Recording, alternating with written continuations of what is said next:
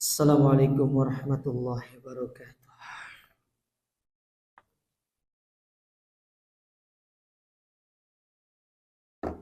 Innal hamdalillah nahmaduhu wa nasta'inuhu wa nastaghfiruh wa na'udzu billahi min shururi anfusina wa min sayyiati a'malina. Man yahdihillahu fala mudilla lahu wa man yudlil fala hadiya lahu. Asyhadu an la ilaha illallah wahdahu la syarika lahu wa asyhadu anna Muhammadan abduhu wa rasuluh. Allahumma anfa'na bima 'allamtana wa 'allimna ma yanfa'una wa zidna ilma wa aslih lana sya'nana kullah wa la takilna ila anfusina tarfata 'ain. Amma ba'd, kaum muslimin wal muslimat, para jamaah yang semoga senantiasa dirahmati Allah, alhamdulillah kita bersyukur kepada Allah Azza wa Jalla di kesempatan malam hari yang berbahagia ini. Allah Subhanahu wa taala kembali mempertemukan kita dan mengumpulkan kita dalam majelis yang mulia ini, majelis ilmu, melanjutkan kembali kajian kita dari risalah yang ditulis oleh Fadilatul Syekh Abdus Salam Ibn Salim As-Suhaimi hafizahullah ta'ala, yang berjudul Kun Salafiyan Alal Jaddah, jadilah salafi yang sejati. Kita masih pada bab yang ke-8, yaitu bab yang berjudul Ba'dul Qawaid fi Minhajis Salafi, beberapa kaidah-kaidah dalam manhaj salaf. Kita sampai pada kaidah yang ketiga,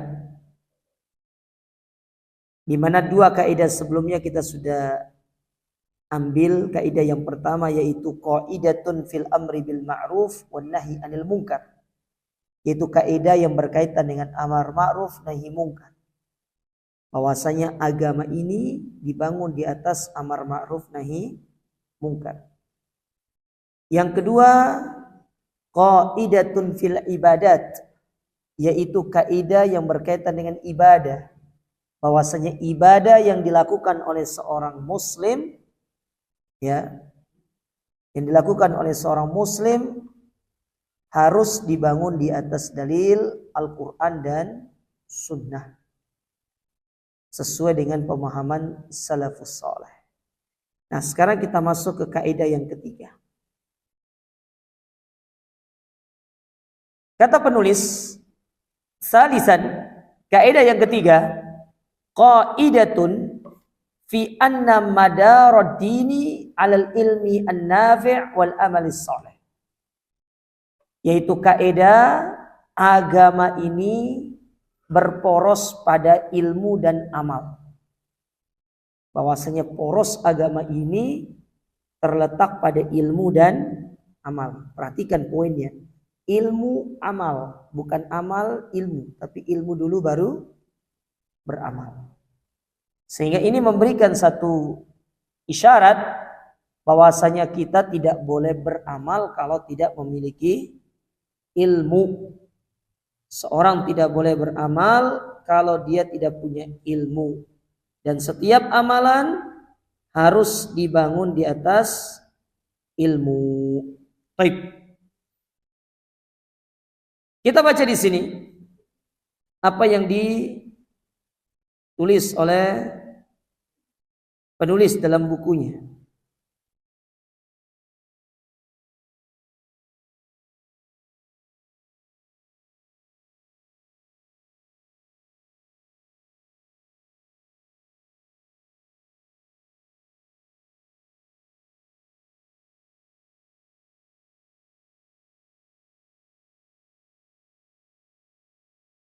Beliau mengatakan, inna dinal islami madaruhu 'alal ilmi an-nafi' wal amalis salih. Sesungguhnya poros agama Islam itu berkisar pada ilmu yang bermanfaat dan amal soleh. Perhatikan, ilmu nafi', ilmu yang bermanfaat. Berarti ada ilmu yang tidak bermanfaat. Dan ini sebagaimana yang disebutkan oleh Nabi SAW dalam doanya. Allahumma inni as'aluka ilman nafi'an. Dalam doa yang lain Nabi mengatakan, Allahumma inni a'udzubika min ilmin la yanfa'. Ya. Berarti ada ilmu yang bermanfaat, ada ilmu yang tidak bermanfaat.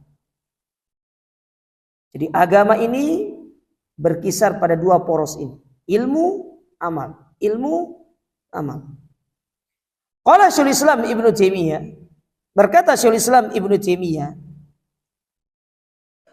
dia mengatakan was-shalah, kebaikan itu munhasarun fi nau'ain. Itu terbatas pada dua perkara. Kebaikan itu terbatas pada dua perkara. Yang pertama, fil ilmin nafi', pada ilmu yang bermanfaat. Yang kedua, wal amalis salih, dan amal saleh. Jadi ilmu yang bermanfaat itu adalah ilmu yang membuahkan amal. Saya ulangi, ilmu yang bermanfaat itu adalah ilmu yang membuahkan amal. Amal yang diterima. Makanya amal saleh itu, kenapa dikatakan amal saleh? Karena amal tersebut memenuhi kriteria dikatakan dia amal soleh. Pertanyaannya, apa kriteria amal soleh? Yang pertama, ilmu. Yang kedua, keikhlasan. Dan yang ketiga, ittiba'us sunnah. Maka barulah ilmu itu, amal itu dikatakan sebagai amal soleh. Kalau kriteria ini tidak ada dalam amal tersebut, maka tidak bisa dikatakan amal itu sebagai amal soleh. Jadi kebaikan itu terbatas pada dua hal. Ilmu yang bermanfaat dan amal soleh. Wa qad ba'atsallahu Muhammadan sallallahu alaihi wasallam bi afdali dzalik. Dan Allah telah mengutus Nabi Muhammad sallallahu alaihi wasallam dengan yang paling utama dari hal-hal tersebut. Wa huwa al-huda wa dinul haq. Nabi Muhammad itu datang dengan al-huda dan dinul haq. Ya. Dengan membawa petunjuk dan agama yang hak. Liyudhhirahu 'ala dini kulli. Yang tujuannya adalah untuk dimenangkan di atas seluruh agama. Fal huda, maka yang dimaksud dengan huda di sini adalah al ilmun nafi'. Yang dimaksud dengan petunjuk adalah ilmu. Kita kalau ngomong petunjuk, ya Allah, aku meminta petunjuk kepadamu, itu maksudnya kita sedang meminta ilmu. Ilmu yang bermanfaat. Sedangkan yang dimaksud dengan wadinul haq, agama yang hak, itulah amal soleh.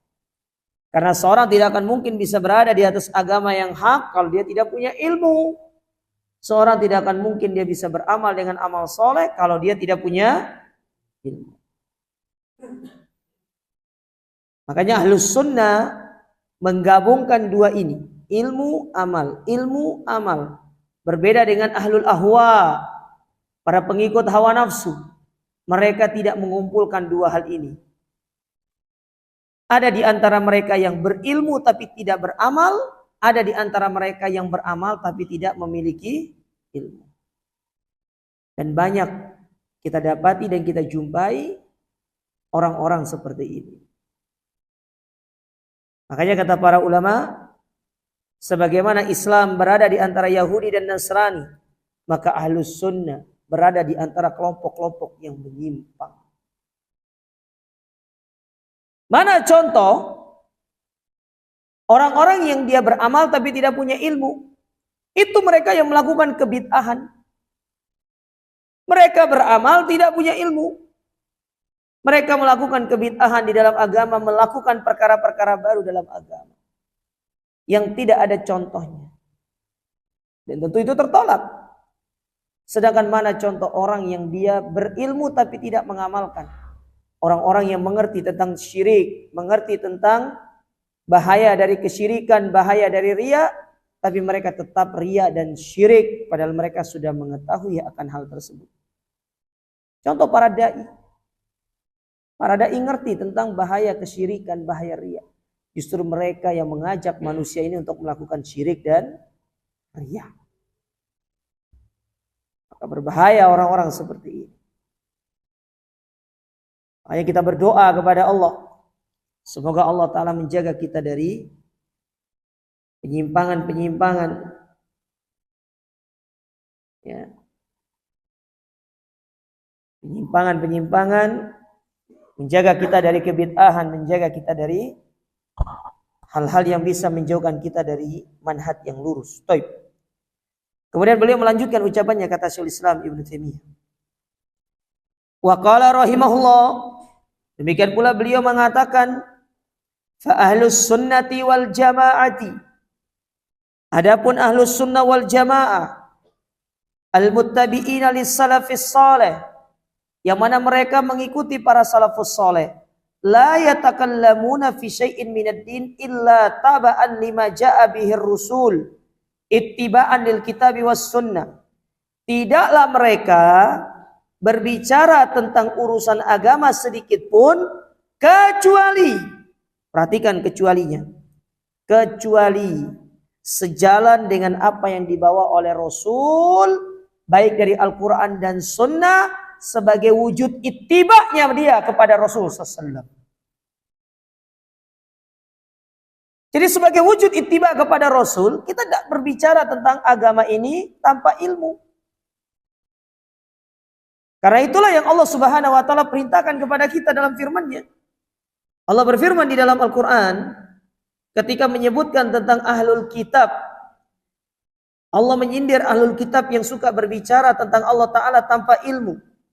Yang mereka beragama kepada Allah Ta'ala itu dengan berlebih-lebihan. Kata Allah Subhanahu wa taala tentang ahlul kitab dalam surat An-Nisa. Ya.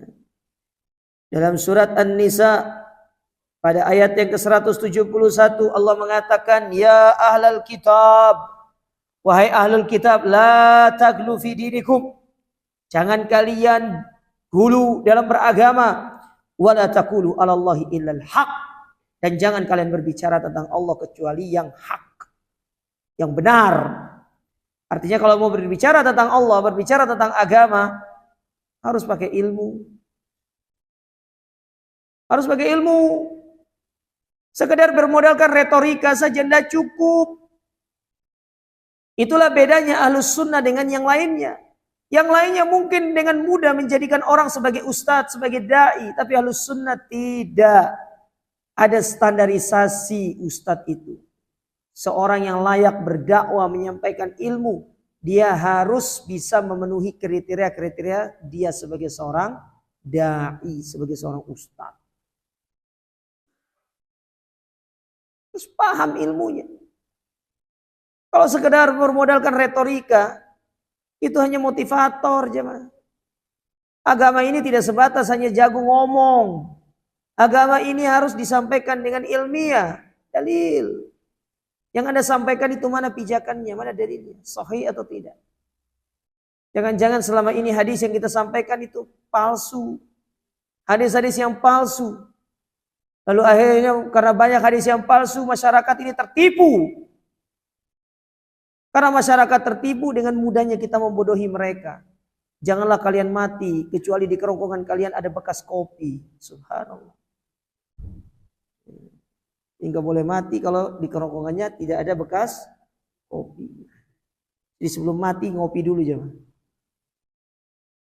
Kacau kan? Terus gimana kalau orang yang gak suka kopi? Berarti maksa dirinya untuk ngopi berarti. La haula wala quwata illa billah.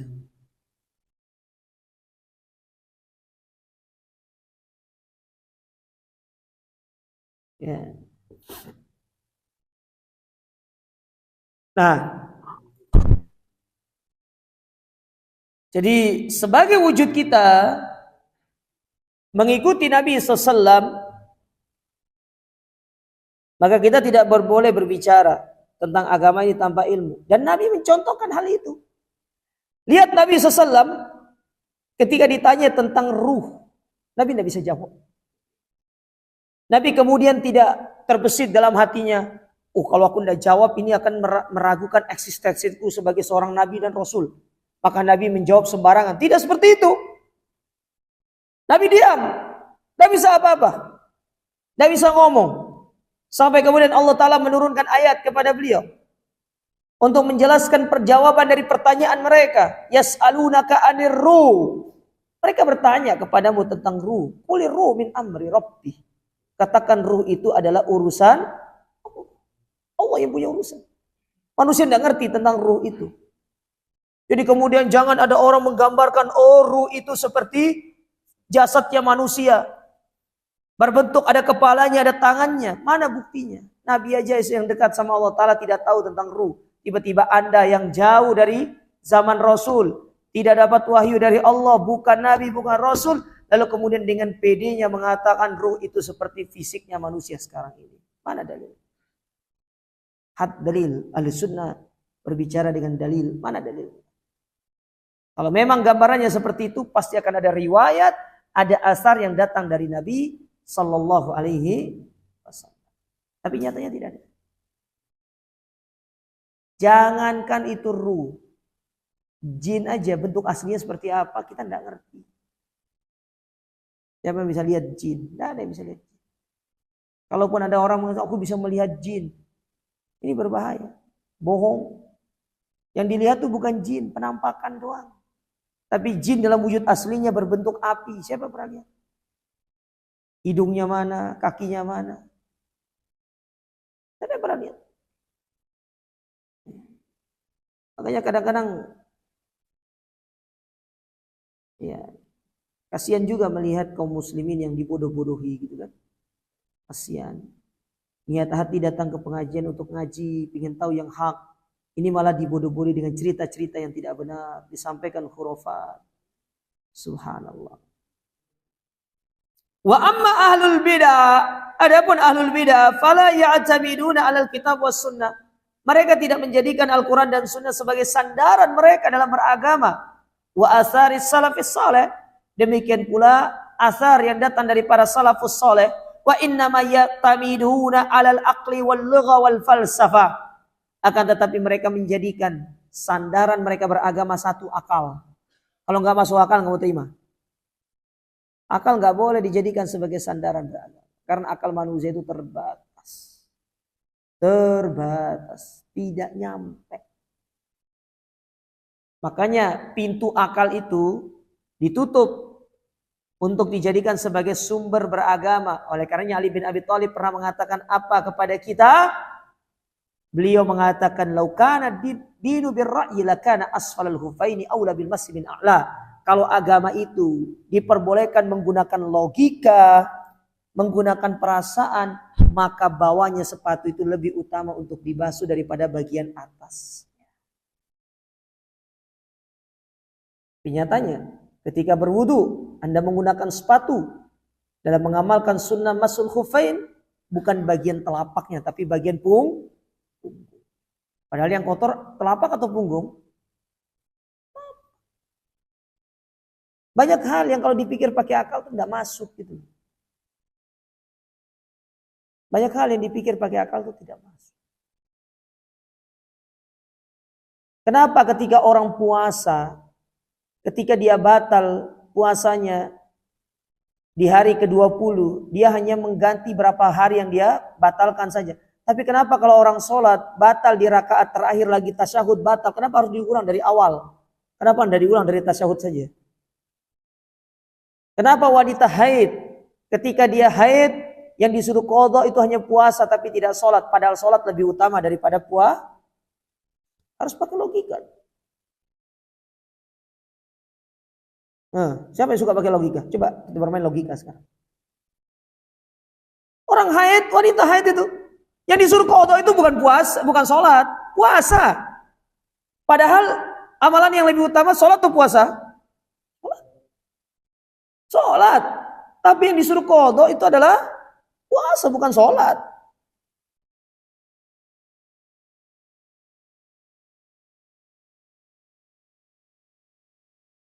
begitu.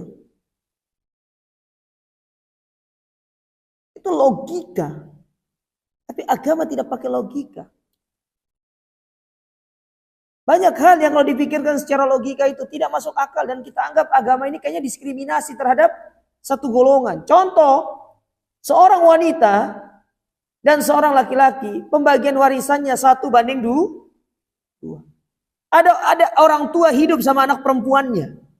Dia hidup sama anak perempuannya. Anak perempuan yang mengurus si bapak ini sampai meninggal dunia. Hidup ngurus ibunya, ngurus bapaknya sampai meninggal dunia. Tapi giliran pembagian warisan, tetap aja bagiannya 1. Nggak ada lebihnya. Padahal yang hidup bersama orang tua siapa tadi? Anak perempuannya. Harusnya kalau pakai perasaannya, kan capek anak perempuan itu ngurus. Harusnya dikasih lebih dong. Oh enggak, hukum Islam tetap berlaku. Kalau kepingin memberikan lebih, berikanlah dalam bentuk hadiah atau hibah. Tapi kalau hukumnya warisan, mau yang ngurus kah, mau dia tidak ngurus kah, tetap dapat sesuai dengan jatah yang Allah tentukan. Logik, logika. Tapi agama tidak begitu. Ya. Makanya kita balik statement yang sering mereka bilang kepada kita. Ngopinya dolane kurang adoh, ngopinya kurang kental. Coba antum yang seperti itu. Kayaknya dolane kurang adoh antum. Ngopinya kurang kental gitu loh. Mungkin mereka hanya ngopi itu cuma airnya doang. Coba ditelan seampas-ampas ya biar melek itu. Biar pemikiran Anda terbuka gitu loh. Baca kitab para ulama. Jangan hanya dijadikan pajangan. Nih kalau nang masjid itu akeh kitab. Suruh datang ke sini baca kitab. Baca tuh ada Majmu' Fatawa Syekh bin Baz, ya ada Fatawa Nurun ala Darbi punya Syekh Muhammad bin Shalih Utsaimin. Baca. Apalagi itu ada Taisirul Alam, Syarh Umdatul Ahkam. Itu ada bukunya tuh, kitab fikih itu, ada Madzhab Hambali. Ya, yang ditulis oleh Syekh Al-Bassam. Di situ ada kitab juga. Baca. Ya. Oh enggak, kita enggak baca buku putih, kita baca buku kuning. Tinggal antum warnai kuning aja. Stabilo yang kuning. Susah amat sih. Kitab kuning ya karena kertasnya kuning. Ya isinya bodoh jamaah. Sama kayak cetakan Fathul Bari. Cetakan Fathul Bari zaman dulu sama zaman sekarang. Bunyinya sama, cuma bedanya karena zaman sekarang itu sudah ada komputer, enak, ditata ulang, biar rapi, kelihatan biar bagus gitu loh. Dan kertasnya paling mudah itu dicetak pakai warna putih biar murah. Karena kalau dicetak pakai warna kuning itu, yang kertas yang apa ada teksturnya, itu kan rada mahal. Dicetak itu biar murah. Biar belinya bisa murah. Oh itu kaum salaf, itu salafi itu Wahabi tidak baca kitab. Oh kitab, kitab. Kitab apa antum cari? Kitab kuning banyak. Tinggal antum cari apa warna itu kuning. Isinya lo sama. Antum mau buka Fathul Bari cetakan tahun berapa sama Fathul Bari cetakan tahun saya sama aja isinya, gak ada bedanya. Isinya sama. Kecuali kalau di sana nanti ada tahqiqat, misalkan takliqat, ada komentar-komentar sedikit tentang pernyataan Imam Ibnu Hajar misalkan beda hal. Tapi kalau secara pernyataan Ibnu Hajar sama. Nggak ada bedanya. Kadang lucu ya orang-orang seperti itu. Ya tapi nggak apa-apa lah. Itu sebagai motivasi kita jemaah. Kalau kita dibilang seperti itu supaya kita belajar. Ya biar bisa belajar baca kitab. Jangan coba bahasa Arabnya bisa na'am, akhi, na'am, afwan. Itu toh bisa. Wal-lugha. Mereka menafsirkan dengan atau mereka menjadikan bahasa semata-mata sebagai sandaran beragama. Bahasa itu bukan tidak boleh dijadikan sebagai alat untuk beragama. Tapi dia itu bukan dijadikan sebagai sumber akidah gitu loh. Bahasa itu untuk menjelaskan maknanya seperti apa. Apalagi dalam tafsir itu dipakai bahasa itu. Tetapi kalau kemudian kita hanya mengerucut kepada bahasa tidak melihat kepada penjelasan para ulama, Kita tidak akan ngerti. Dan bahasa Arab itu luas cakupannya.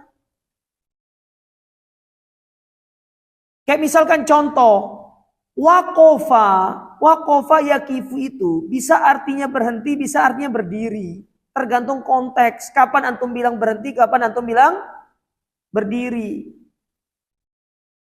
Misalkan antum mau pakai wakofa gini. Wakofatil hafilatu fil mauqif. Titik-titik bus itu di terminal. Kira-kira berdiri atau berhenti? Ya berhentilah. Masa antum mau bilang berdiri? Emang dia punya kaki? Kaki-kaki ada sih. Nah cocok dibilang berdiri. Cocoknya dibilang berhenti. Sama seperti misalkan waqafa Muhammadun amamal mimbar. Muhammad berdiri di depan mimbar. Itu baru pas. Harus ngerti kapan mengartikan A, kapan mengartikan B. Dan itu kembali kepada kemampuan kita di dalam menerjemahkan bahasa. Bahasa Arab itu satu kata bisa maknanya 5, 6 sampai 10. Banyak. Kapan diartikan ini? Itu kesesuaian dengan konteks kalimatnya. Apalagi kalau dia sudah bersambung dengan istilahnya isim dengan huruf jar, itu akan berbeda maknanya. Seperti da'a. Da'a itu secara umum artinya mengajak. Kalau sudah bersambung dengan da'a ala da'ali, itu sudah beda makna. Kalau da'a ala itu mendoakan keburukan, kalau da'ali itu mendoakan kebaikan. 180 derajat bertolak belakang. Ya, itulah bahasa Arab. Maka harus paham, harus ngerti. Tapi jangan kemudian bersumber dari bahasa saja. Penjelasan para ulama penting untuk kita dengarkan. Kapan kita menggunakan bahasa sebagai penafsiran? Kapan kita harus meninggalkan bahasa itu? Dan kita melihat, merujuk kepada penjelasan para ulama. Begitu. Ya. Wal falsafah. Ini yang paling berbahaya. Ahlul bidah menjadikan orang-orang filsafat sebagai sumber mereka mengambil agama. Seperti orang-orang itu loh. Orang-orang liberal, terus orang-orang filsafat. Filsafat itu cuma untuk baca gimana filsafat itu coba. Filsafat itu ilmu yang berkembang dari pemikiran Yunani kuno itu. Ada orang bangga dengan seperti Ibnu Rushd, berbangga dengan Ibnu Sina. Ibnu Sina ulama. Apanya ulama? Antum baca akidahnya Ibnu Sina. Ibnu Rushd itu baca akidah.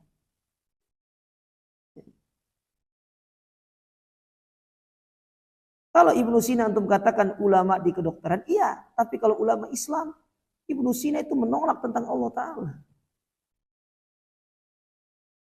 Dia terpapar dengan pemahamannya Aristoteles dan yang lainnya.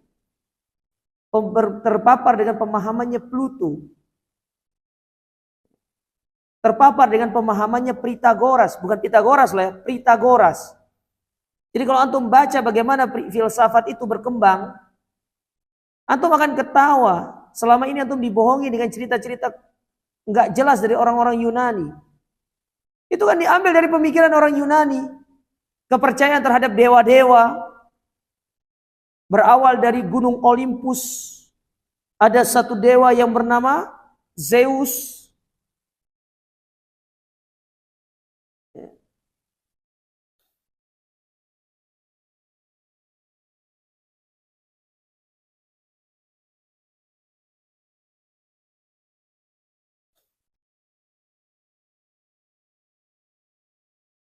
Zeus jatuh cinta dengan seorang wanita yang cantik di bumi.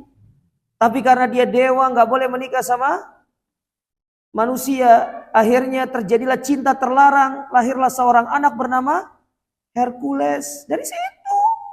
Ya Allah tuh percaya kayak gitu-gitu jemaah. Lu harus Ustadz soalnya. Untuk menjelaskan gitu loh. Kan untuk membantah. Ya, membantah mereka kan itu. Ya. Umat kita belajar tentang bagaimana perkembangan ilmu kalam, ilmu filsafat itu. Tapi mau nggak mau kita harus belajar untuk membantah gitu loh, menjelaskan. Kan banyak orang-orang berbangga dengan ilmu kalam, ilmu filsafat. Apalagi kalau sudah masuk ke dunia perkuliahan kan filsafat A, filsafat B, filsafat C. Bangga mengutip perkataan orang-orang ini. Subhanallah. Ya. Apalagi kalau sudah berbicara tentang teologi, mengambil pendapat-pendapat dari para filosof. Itu Aristoteles nggak kenal Tuhan, Pythagoras nggak kenal Tuhan. Ngapain Anda mengambil pendapat mereka? Jelas Al-Quran dan Sunnah sudah jelas sebagai sumber beragama. Maka coba lihat Ahlul Bidah, bangga dengan teori-teori itu. Sebaliknya, bagi mereka Ibnu Taimiyah tidak dipandang. Kenapa mereka tidak memandang Ibnu Taimiyah? Dan lebih cenderung untuk menjelek-jelekan Ibnu. Karena Ibnu Taimiyah adalah orang yang paling sering membantah orang-orang filsafat. Coba baca bukunya Ibnu Taimiyah coba. Bagaimana debatnya Ibnu Taimiyah terhadap orang-orang filsafat dalam Majmu' Fatawa, Minhajus Sunnah An-Nabawiyah, banyak dikatakan di sini, inna dar'al mafasidi muqaddamun ala jalbil masalih. Inna dar'al mafasid, sesungguhnya menolak mafsada, menolak keburukan itu lebih utama daripada mengambil kebaikan, atau lebih didahulukan daripada mengambil kebaikan. Nah, gimana contoh penerapan kaidah ini? Perhatikan di sini. Wad dalilu li hadhil qaidah. Adapun dalil tentang kaidah ini, yang pertama firman Allah Ta'ala dalam surat Al-An'am pada ayat yang ke-108. Allah berfirman, wala tasubbul ladzina yad'una min dunillah, dan janganlah kamu mencela orang-orang yang menyeru kepada selain Allah, fayasubbullaha adwan bighairi ilmin. Karena kalau kalian mencaci maki mereka yang menyeru kepada selain Allah, menyembah kepada selain Allah, khawatirnya mereka akan memaki-maki Allah, akan mengejek-ngejek atau mencaci maki Allah Ta'ala melampaui batas tanpa hukum asal kita mencaci maki, mencela orang-orang yang berbuat syirik itu boleh-boleh saja. Tapi kan ada dampak buruknya. Jangan sampai dengan celaan dan cacian maki kita, mereka akan balas mencaci maki dan menjelek-jelekan Allah Ta'ala. Dan ini yang tidak bagus. Sehingga Allah akan menjadi objek untuk dicaci maki, sementara mereka tidak mengetahui hakikat tentang siapa Allah Subhanahu wa Ta'ala. Makanya ada istilah para ulama mengatakan, kalau rumahmu itu terbuat dari kaca, maka jangan lempar rumah temanmu dengan batu. Karena bisa jadi mereka juga akan membalas yang sama.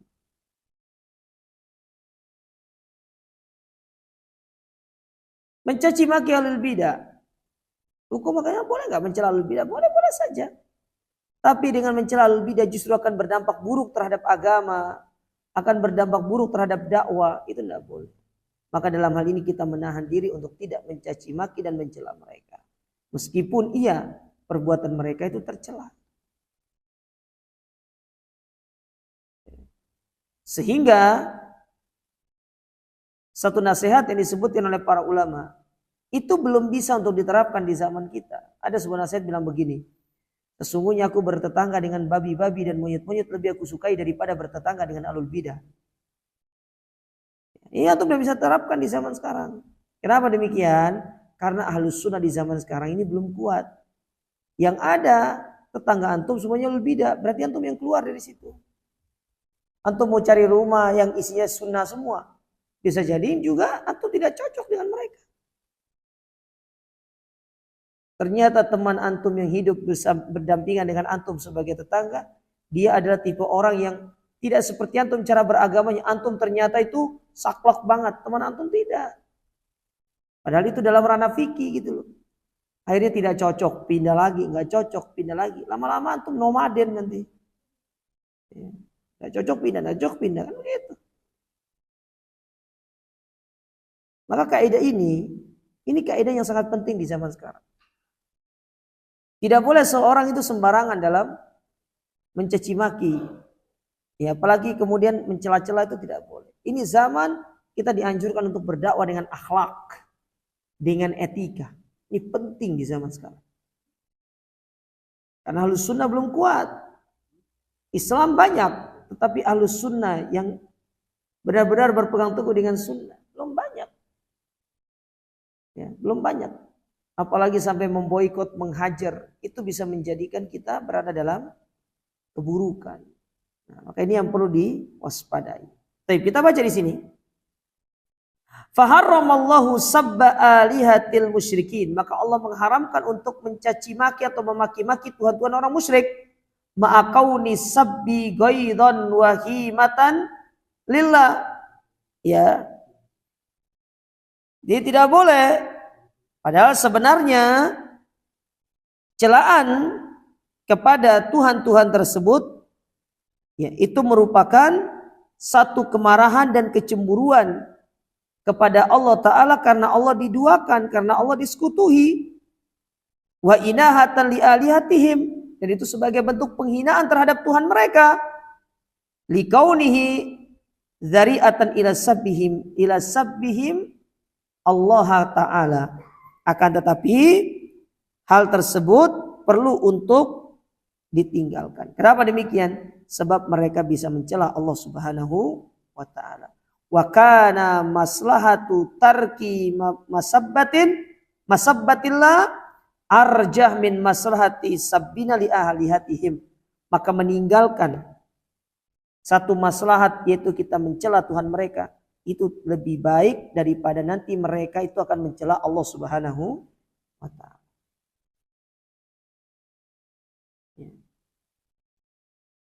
Ini contoh penggunaan dalil. Dan kalau kita ambil contoh di dalam kehidupan kita bermasyarakat. Contoh. Antum hidup dalam satu komplek. Lalu komplek tersebut ternyata sangat akrab dengan acara-acara yang aneh-aneh. Kayak kemarin tanggal 16 tirakatan misalkan. Apa kemudian antum katakan tirakatan bid'ah? Antum tinggal di satu komplek sendiri loh jangan. Yang ada antum akan dikucilkan, antum tidak bisa menampakkan dakwah antum.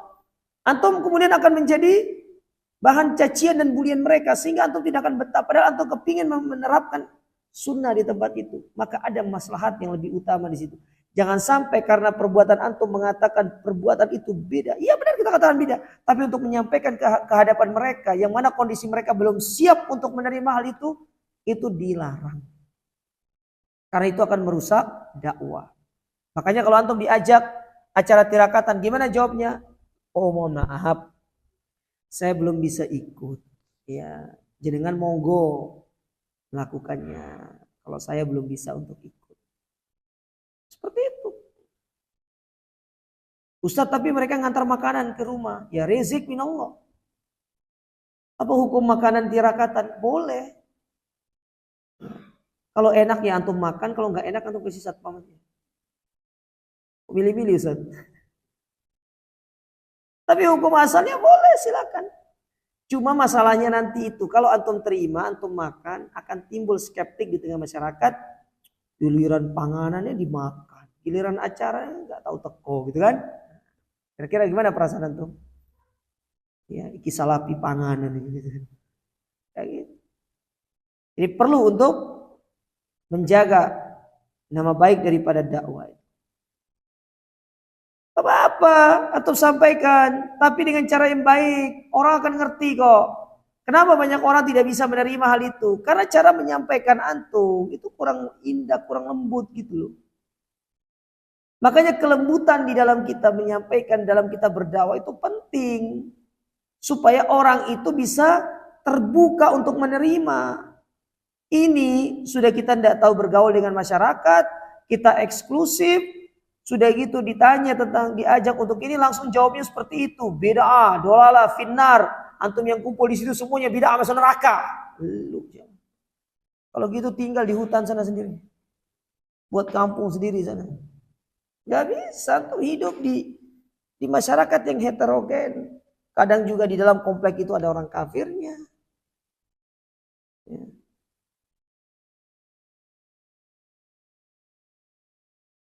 Bukan berarti kemudian kita ridho dengan mereka, tidak. Tapi ada maslahat di situ, kita ingin berdakwah supaya mereka kepada orang kafir yang kita dakwah supaya mereka sadar Islam itu baik. Orang bercadar itu tidak seperti yang mereka pikirkan. Mereka berpikir orang cadar itu karena punya pengalaman bom yang ada di mana Arjuno, bom yang ada di Ngagel gitu kan. Antum buang skeptik itu, bermuamalah dengan baik. Ada tetangga kafir, ibu-ibu, misalkan ibu-ibu siapa yang lain? Bu, nggih, monggo. Misalkan dia lewat depan rumah kita dari pasar, Bu. Ya, sudah tahu nanya. Namanya juga basa-basi toh. Enggak apa-apa. Kita disapa ahlan wa sahlan. Kehangatan itu penting dalam berdakwah itu. Biar orang itu terkesimak dengan Islam itu. Adapun kepada sesama muslim, supaya mereka itu mengenal indahnya sunnah. Biar pemahaman mereka tentang Wahabi selama ini itu keliru. Antum sudah dibilang seperti itu, malah antum tambah. Ya orang akan semakin kabur gitu loh. Lihat Nabi SAW ketika dicela oleh orang Yahudi. Didoakan keburukan. Nabi menegur Aisyah yang menjawab orang Yahudi itu secara berlebihan. Padahal posisinya, boleh nggak kita mendoakan seperti itu orang Yahudi mengata-ngatai mereka seperti itu? Boleh. Aisyah itu tidak salah dengan perkataannya. Semoga engkau juga dilaknat. Semoga juga engkau binasa. Wahai saudaranya babi-babi dan monyet-monyet, kata Aisyah. Tidak salah. Cuma konteksnya, kalau itu disampaikan kepada mereka sementara kita berharap mereka masuk Islam, khawatirnya mereka semakin lari. Makanya Nabi menegur Aisyah dengan sikapnya yang seperti itu. Bukan begitu caranya wahai binti Siddiq. Tidak begitu caranya. Dakwah itu ada caranya. Ya, ada modelnya. Nah, karena itu para jamaah sekalian ya. Ini salah satu bentuk kaidah dari dar al-mafasid muqaddamu ala jalbil masalih. Meninggalkan mafsadat itu lebih utama daripada mengambil maslahat yang kecil. Kalau mafsadat yang lebih besar, tinggalkan. Apalagi kalau maslahatnya kecil. Tapi kalau maslahatnya besar, mafsadatnya minim, maka boleh untuk mendahulukan maslahat. Ya, boleh mendahulukan maslahat. Wallahu a'lam bishawab. Kita berhenti sampai di poin ini. Kita masih punya contoh-contoh yang lain dari kaidah yang keempat ini. Insyaallah kita lanjutkan pada pertemuan berikutnya. Kita akhiri subhanakallahumma rabbana bihamdika asyhadu an la ilaha illa anta astaghfiruka wa atubu ilaik wa akhiru da'wana alhamdulillahi rabbil alamin. Assalamualaikum warahmatullahi wabarakatuh.